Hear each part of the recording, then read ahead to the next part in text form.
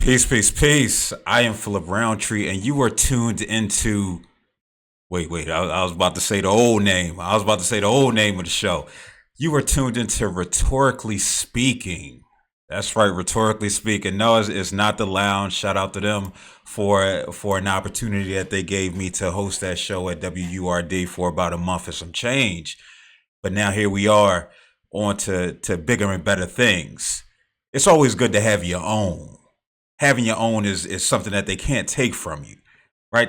When it's yours, unless you owe the IRS or you owe the government a couple dollars, right?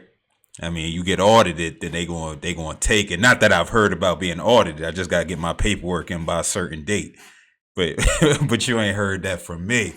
So now I'm excited. This is my first episode of Rhetorically Speaking. And so I had people ask me, Phil, why rhetorically speaking? And, when I was trying to come up with the name, it was like, maybe it should be the wind down. Because then if I do the wind down, it's like, all right, it's similar to the lounge. And I get the hate a little bit on my previous employer. Nah. Uh, but then I was thinking, and, my partner, she was like, how about rhetoric? And so I was like, all right, you know what? Rhetoric. I'm going to go with that.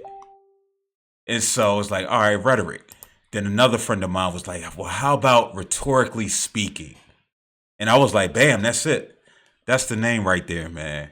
And because when we look at rhetorically speaking, you don't really want answers from people. You really don't want answers from people. If for those who know me and have been engaged with me in conversation at any point in my existence, I I really sometimes just talk the talk. I don't really want answers. I don't want to really want responses, even though I know I say a lot of things that may go against the grain, like this conversation that we're going to have tonight about the coronavirus. And so with that, I'm just like, yeah, I'm a rock with that name because ultimately I do want that pushback because I think that's where we grow. It's corny to be safe. Being safe doesn't get us where we desire to be if you have a desire to grow. And so for me, I definitely had that desire. So it was just like, you know what, bam, rhetorically speaking, I feel comfortable enough to go live. Cause this, trust me, when I got on radio for the first time, I was like a fish out of water. I was like, nah, I'm good. But then I started doing it over and over again. And I was like, yo, okay, not now I'm good, but yo, I'm good. And the feedback that I got from the people was that, yo, you're really good at this. And so I continued to hone that skill, hone that craft. Now, again, the partnership didn't work out that I had with the radio station I was working with. But what it did is it reinforced that I'm capable. And sometimes we just got to be put in those uncomfortable situations, so we can shine and so we can really let our talent show itself. So I've been off the radio now for about 2 weeks, and I ain't gonna lie, man. If you've seen me on social media, you see me posting. Sometimes I just be posting a post, man. Especially today with this quarantine lockdown that's going down out here in these streets. And so I was just like, man, hurting because I didn't know how much I enjoyed being able to be on the air every day and just being able to engage with the people, whether one person heard me or whether it was 300. And so now that I have my own platform, something I could do straight from the crib, like I'm right in my crib, no studio. I done got some I ain't gonna say nice equipment, some Amazon-ish equipment that's gonna hold me down. Shout out to Biggie that's in the back. But yeah, I'm excited. I'm excited for the possibilities that may come from rhetorically speaking. If not for nothing, I just have the opportunity to just share my thoughts, feelings, and emotions, and just offer some knowledge to the people. As you see on there, I got a call in line. I got a call in line. Now that don't mean you go call in and because I will bang on you. This is different from radio. I will bang on you. You know how else is different than radio? Listen, I got me a little. It ain't Corona. It ain't a Corona, but it's a Kawani. So I can have that little sip. Nah, I really don't want to drink. Just because I'm trying to keep it semi-professional. But I definitely encourage you to call in 267-420-2070. If you're not tripping, I might be able to bring you on Skype. That's if you're not tripping. So we're going to get right into it, man. We're going to get right into it. So the first segment is always what's happening in the streets. And so if you've been under a rock, and you literally would have to have been under a rock. Shout out to Miss Leslie. Appreciate you, Miss Leslie, for following me from radio to now on here. But if we talk about what's happening in the streets, this coronavirus, listen, man, I've never experienced anything like this in my life. I don't think anybody else has either. It went from, I remember making jokes about the corona, right? Back when it was only in Wuhan. And it was like 4 people. And they were all over the age of 65. And I'm like, man, listen, tell me when the corona get to Philadelphia. And I'm sure some of y'all was like that too. Tell you when the corona get to Philadelphia. Because it's millions of people. Billions of people in China. You trying to tell me 4 people got something and I'm supposed to be nervous? I'm supposed to be worried? Nah, I'm good. I was never a math person in school. That's why I chose social work. When I look at the percentage, that's like 0.000000 like 4. But boy, was I wrong. Because that it started multiplying. It started multiplying, and now here we are. Here we are on a lockdown. And it's not like the lockdown dedication for those of y'all from Philly who know about Golden Girl Power 99. Nah, it's not that type of lockdown. This is like, yo, you cannot leave the crib. So just where we are with the coronavirus, 6,500 deaths worldwide. Again, it doesn't seem like a lot. It's probably not a lot. But the fact that it keeps multiplying like Bebe's kids is what has people concerned. If it would have just stayed in Wuhan, in China, Japan, if it would have just stayed out in Asia and Europe, we'd have been like, all right, you know what? It is what it is. Because you know how us Americans are. Like, we walk around like our shit don't stink. Oh, I could do that. I could curse on there now, too. But that's how we walk around. We walk around like our shit don't stink. Until it hits your backyard. Until it's right in front of your face. Just like Jill Scott did in that video where she walked up to the door. It's like, oh, you bringing it just like that. Okay. And so now here we are. 6,500 deaths worldwide. Probably many more sick. Now, fortunately, and again, I don't want to say fortunately, but again, I'm talking from a place of privilege. And we're just talking about age privilege at this point. Me being a relatively healthy 36-year-old man. The symptoms that I might experience might be like Donovan Mitchell of the Utah Jazz. They might be mild. I might not even know I have the coronavirus at this point.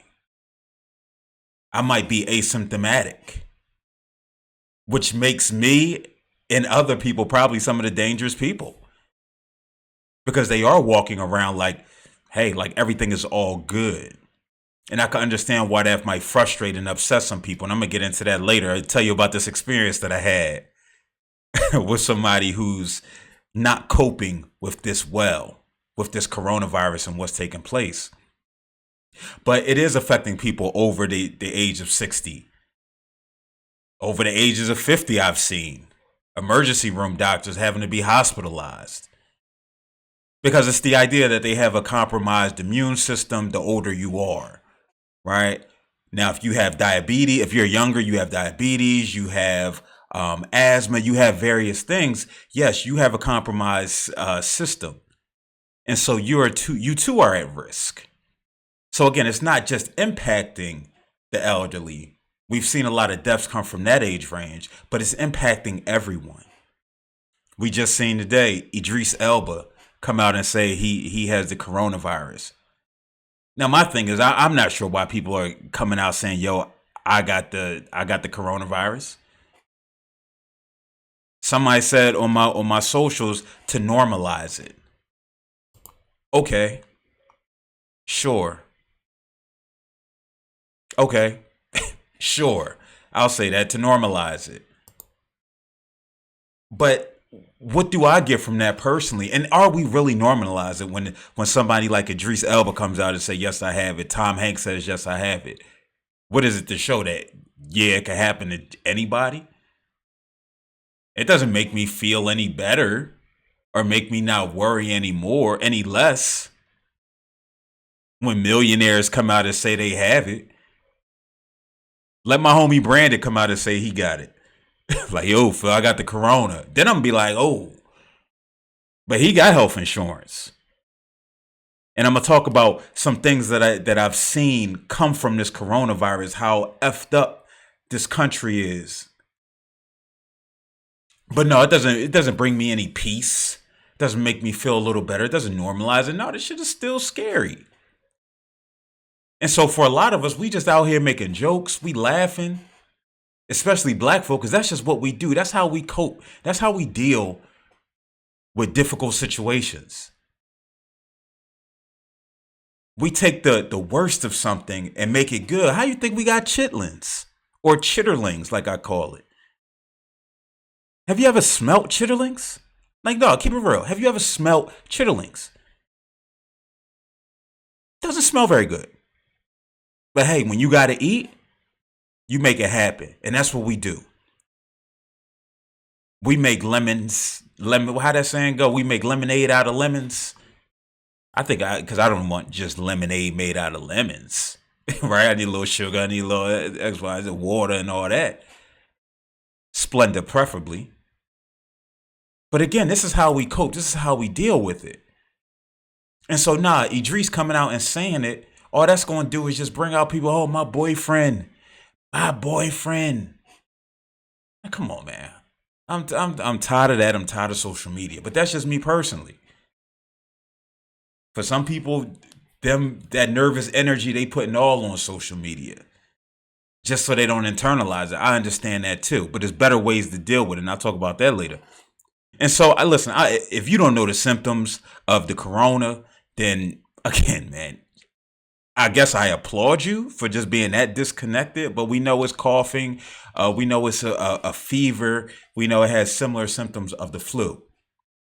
But again, like I said, the asymptomatic people, they're the ones who may be driving the spread of the virus. Like I was out in the streets today.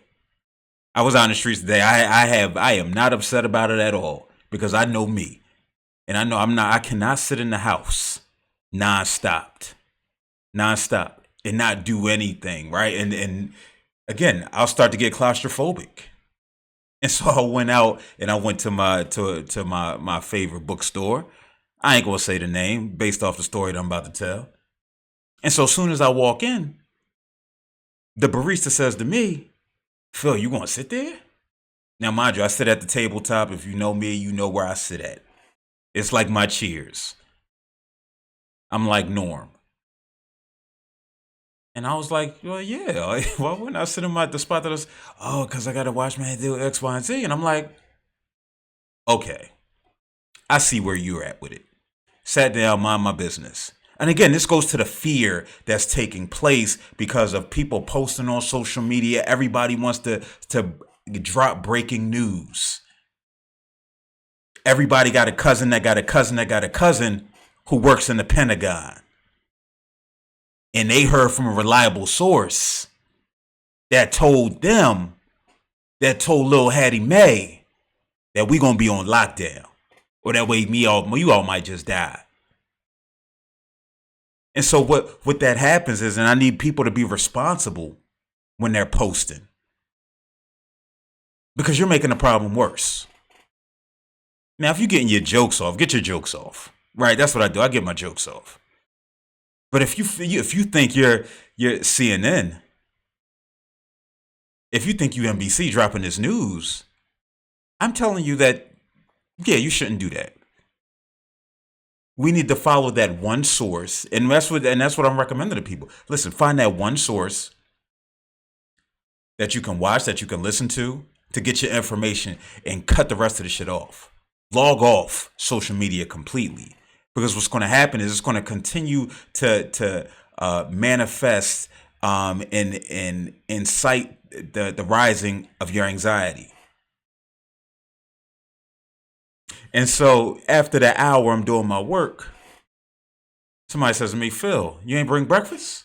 I'm like, nah, we can get something from the store. And it's like, nah, so-and-so scared me from going there. And you know Phil being Phil. Oh, come on, man. We all gonna die. Oh, boy. Oh, boy. Yeah, I shouldn't have said we all gonna die. Because they laid into me, right? Now, was it insensitive on my part? Potentially. It might have been. However, what I got from that wasn't cool. You know, I got cursed out. But again, I can show grace to know that this is all rooted in fear. And so where we stand now, you shouldn't be going outside if you're afraid. I don't care if you got to work or just for your general wellness purposes. Do not go outside, because as soon as you step foot outside, you could potentially be welcoming the corona. And so I knew that walking outside this morning. But for me, my wellness, my mental well-being, me stepping out was how I stay sane. And so if I have a place to go, I'm going to go. But now I have no idea what's going to happen, what I'm going to do for the next couple weeks. Because apparently the city of Philadelphia, for those of us who live here, they shut the studio down. You remember how Dave Chappelle was reenacting Diddy from Making the Band? And he went in there like, yo, I'm shutting this down. Shutting the studio down. You got to go get me some Cambodian breast milk and two little people, because you can't say the midget word no more. You can't say that. Little people. It's like they're shutting the studio down. So that's what happened. Philadelphia has shut down. All non-essential businesses are closed. So my coffee shop that I go to, no more. I went to my Brazilian steakhouse. They tell me, listen, we can deliver, but can't have anybody in here. This is where we are, people. This is where we are. Only essential personnel are allowed to be out in these streets. And so essential personnel, grocery stores, pharmacies, hospitals. And so I'm sitting here like, yo, what am I going to do? Am I going to watch the ID channel? Like nonstop? I have no idea. I've yet to figure out what I'm gonna do. I think for those of us who are content creators, I think this is a perfect opportunity to just create some content in different places in your crib. Go stand outside, do some things. But again, Corona's shutting the studio down.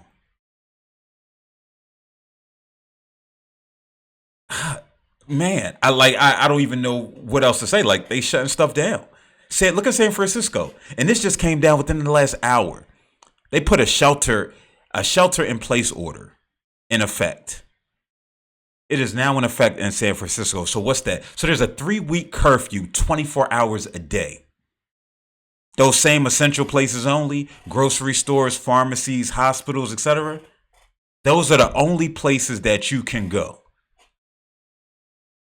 Now, when I first read that, I was like, oh boy. Like, man, I don't know what's going to happen with people. It's going to be a lot of divorces. It's going to be some, because people are going to get sick of everybody. Are they arresting you if you step foot outside? It hasn't reached that level yet, but that is the next step, where they say you cannot be outside at all. But when I kept reading, it said that people can run, hike, walk their dog, but they're encouraged to do it alone. I think the benefit that comes from this is a reduction in crime, maybe. Because if you can't see the people that you have beef with, if you can't go rob the corner store, if you can't go, well, I guess you can still rob the bank if you want, but I think that it's going to be kind of easy to get you.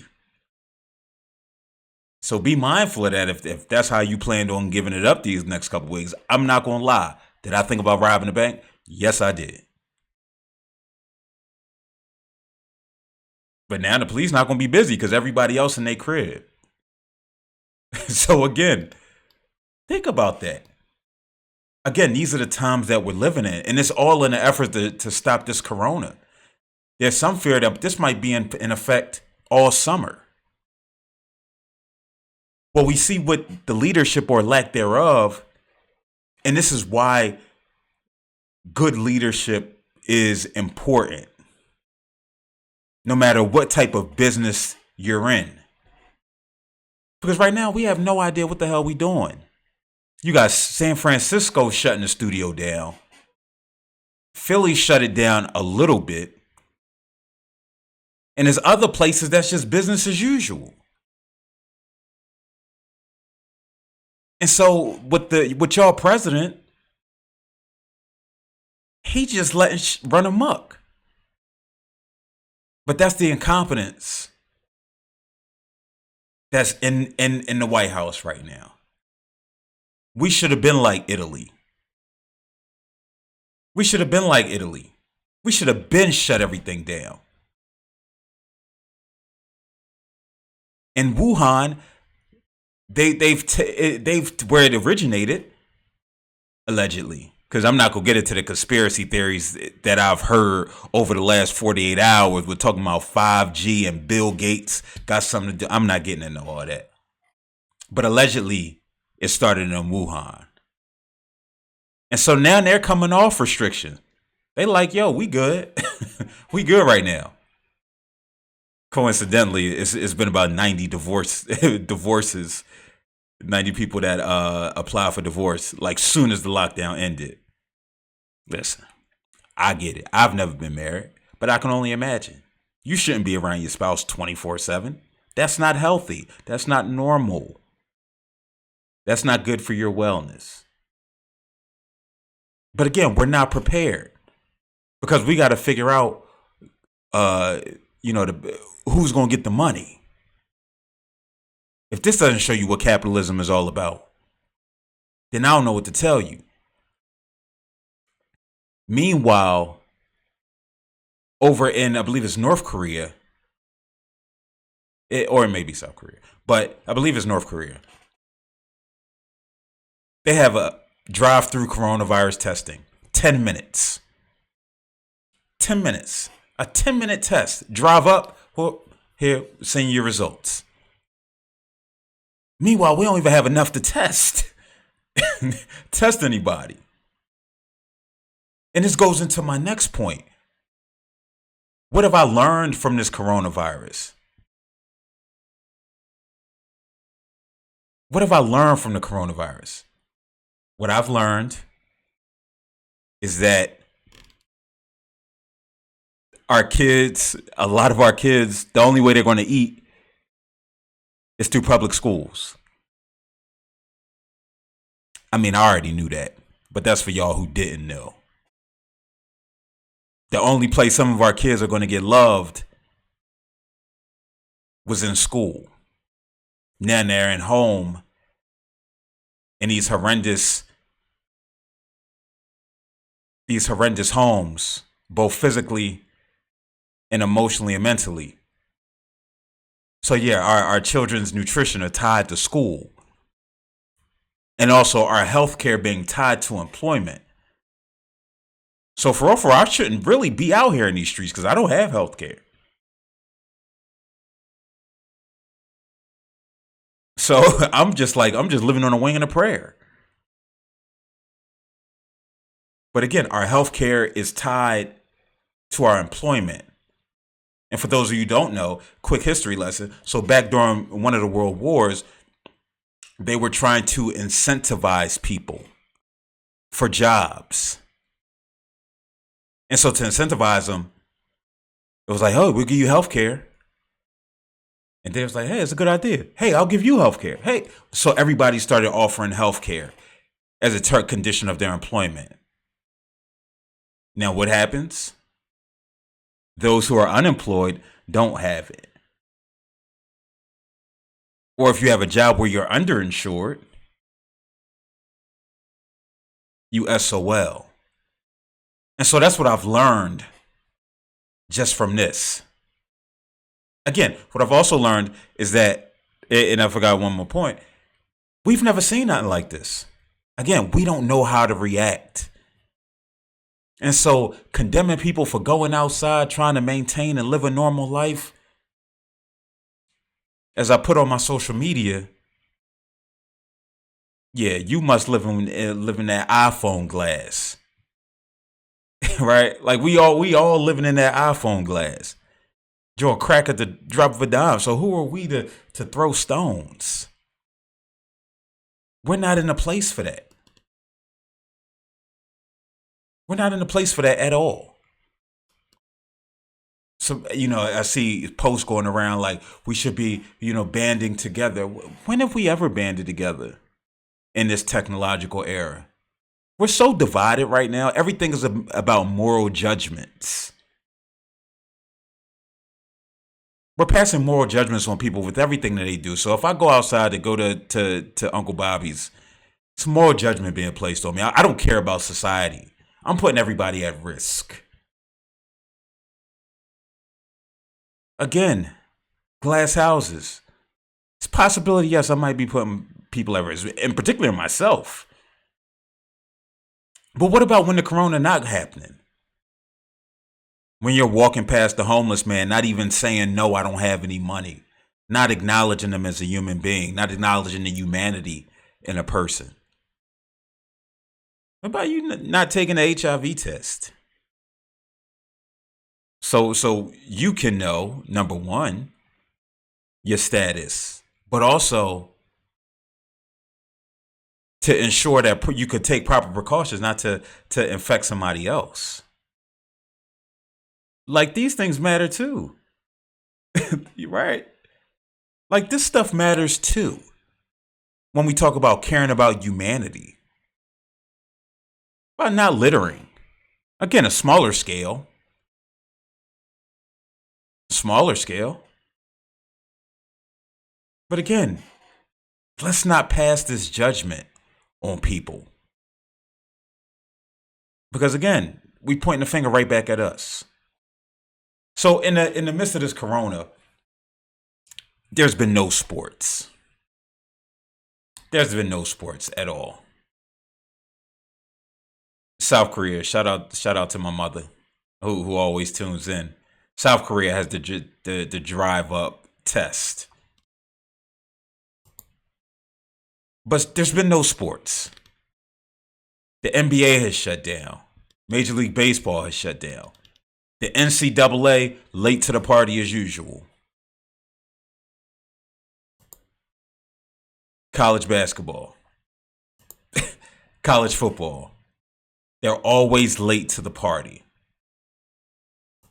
First, they're not paying us like I done played. But when I say us, I'm talking about us as black athletes. Just any athlete in general. They're making billions off the backs of the student athletes. And now they late to the party to cancel a tournament. Yes, I understand the tournament generates millions and billions of dollars for others. Everybody but the student. But then they waited. They actually played a game They played a game. A Big East tournament game was played. Well, half the game. Because at halftime they said, okay, no, we're going to stop it. But we're supposed to think the NCAA cares about its student athletes. That's why they say it's modern day slavery. Now there's arguments, and this is a conversation for another day. There's arguments, oh, they get tuition paid. Trust me, I understand how important tuition being paid is. Somebody that owe $100K in student loans. But not when you're making the billions off of them. And not when you're putting their health at risk. And see, that's the thing that I give the NBA credit for. They recognize that this is bigger than Nino Brown, my favorite saying. This is bigger than basketball. This is bigger than baseball, who only pushed their season back 2 weeks. This is life or death for some people. For some people. Now, I think the majority, and everything that I've seen, the majority, most people will heal from this. Shoot, there's some conspiracy theorists who said, listen, we had coronavirus back in December. Remember that cough you had for 2 weeks and not feeling well? I do remember that myself. That was potentially the coronavirus. That's neither here nor there. But this is about the safety of the people. And so, again, I give kudos to the NBA, who always seem to be at the forefront. Now, in the NFL, their business year has started today. I'm not mad at them for starting. I'm not mad at them at all. Why? Because, a lot of the stuff that they can do doesn't necessarily require face-to-face contact. Now, certain things like getting MRIs for free agents and things that might take up hospital resources, I understand that. But there are other facilities that can be done. But I think it highlights how important sports is to people's lives, because they have no idea what to do. I listen to sports talk on a daily basis, probably the only live radio that I listen to. Yeah, people calling in like, yo, I don't know, man. You got degenerate gamblers betting on Russian soccer. Like, word. Like, I thought I was like a sportsaholic until I haven't had sports for the last like 5 or 6 days. And keep it raw, I don't miss it. Why? Because there's other things that could be done out here. Preparing for a show, reading a book, spending quality time with your family, going for a run. I ran 6 miles yesterday. My legs still hurt. Like, there's other things to be done. And so what I think should happen in the ideal world, people take that step back. People take that step back and they're like, you know what? Let me learn who I am in this moment without sports. Let me learn who I am without work. Let me try to gain another skill. People might surprise themselves. Hopefully, people ask me, Phil, what do you hope comes from this corona virus, and what do you think we'll learn? Will people learn to be healthy? I don't think that's one of the things that's going to happen. I'm gonna keep it raw. I wash my hands now. I was never the big hand washer. Adrian Horton, from the Real, she was like, she don't wash her hands in the house, and everybody was like, you don't wash your hands in the house. That's one of them jokes where somebody say something and it fits you too, so you try to sneak out the room.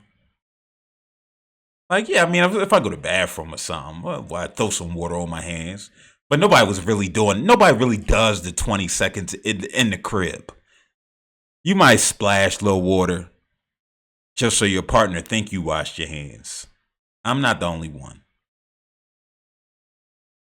But nah, like I've been on it heavily, washing my hands. But again, will people be healthier?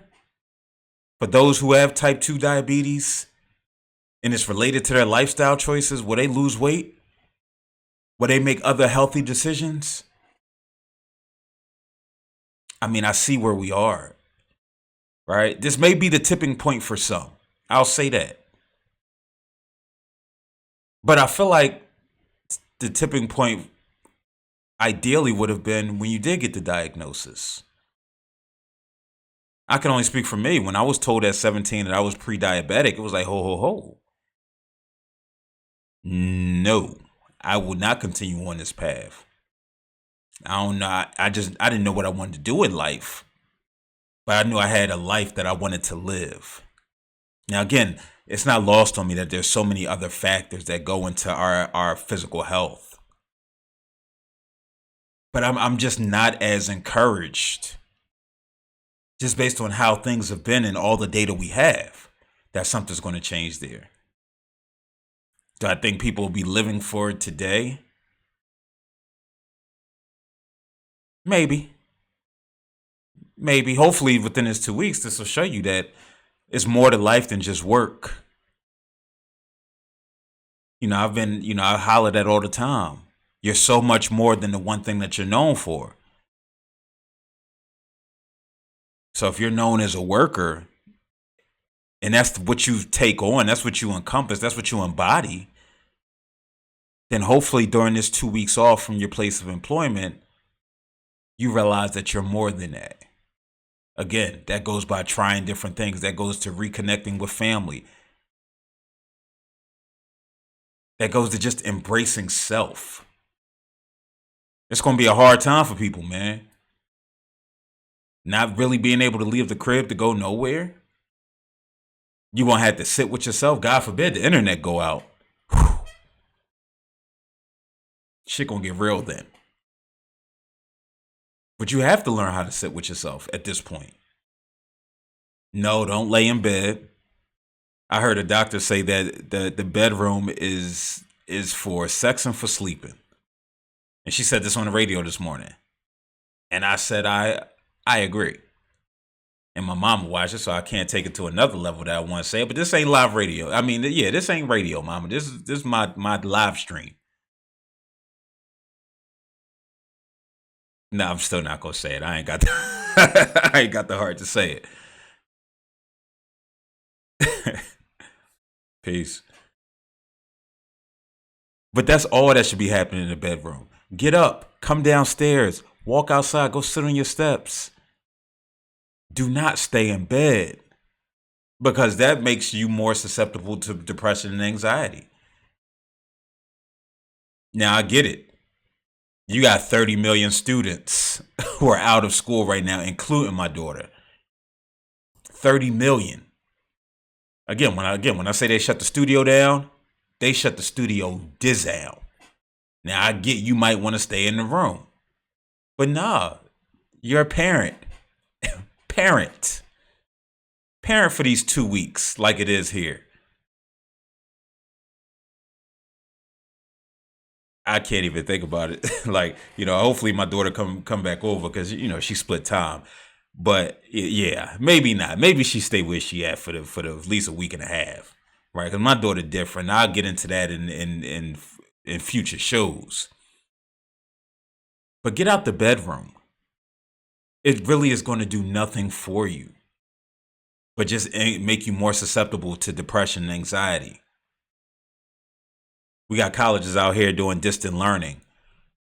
My first question was, well, what about that room and board? Does that come back? And I haven't seen anybody ask that.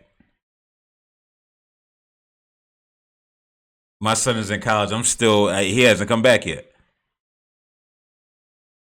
Down at North Carolina A&T. I'm still trying to figure out, are y'all reimbursing room and board? Because we got a solid 8 weeks of school left? Maybe 6? Yeah, I guess May. But these aren't the questions being asked.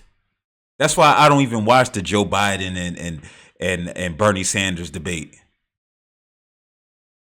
Because that's like a backdrop to what's really going on. Like, you got two older gentlemen arguing back and forth. Meanwhile, the country going to hell in a handbasket because the y'all commander in chief has no idea what he's doing. And so this is why people go full dissident like myself. Because you see how things like this are being handled. You see the most vulnerable population always being at risk. And so I'm supposed to think that changes with Bernie and Joe? In the words of Chad Ochocinco, child, please. I don't believe that. I don't believe that. Listen, we out here living like it's what's that movie? Somebody tell me what that movie is. Where they not the plague. What's the movie? Where they killing everybody and it's like the end of the you get like 24 hours. Somebody tell me what that movie is.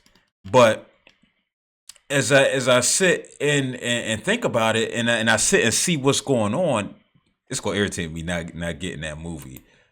Oh, what is it? Somebody. Okay. All right. You know the movie.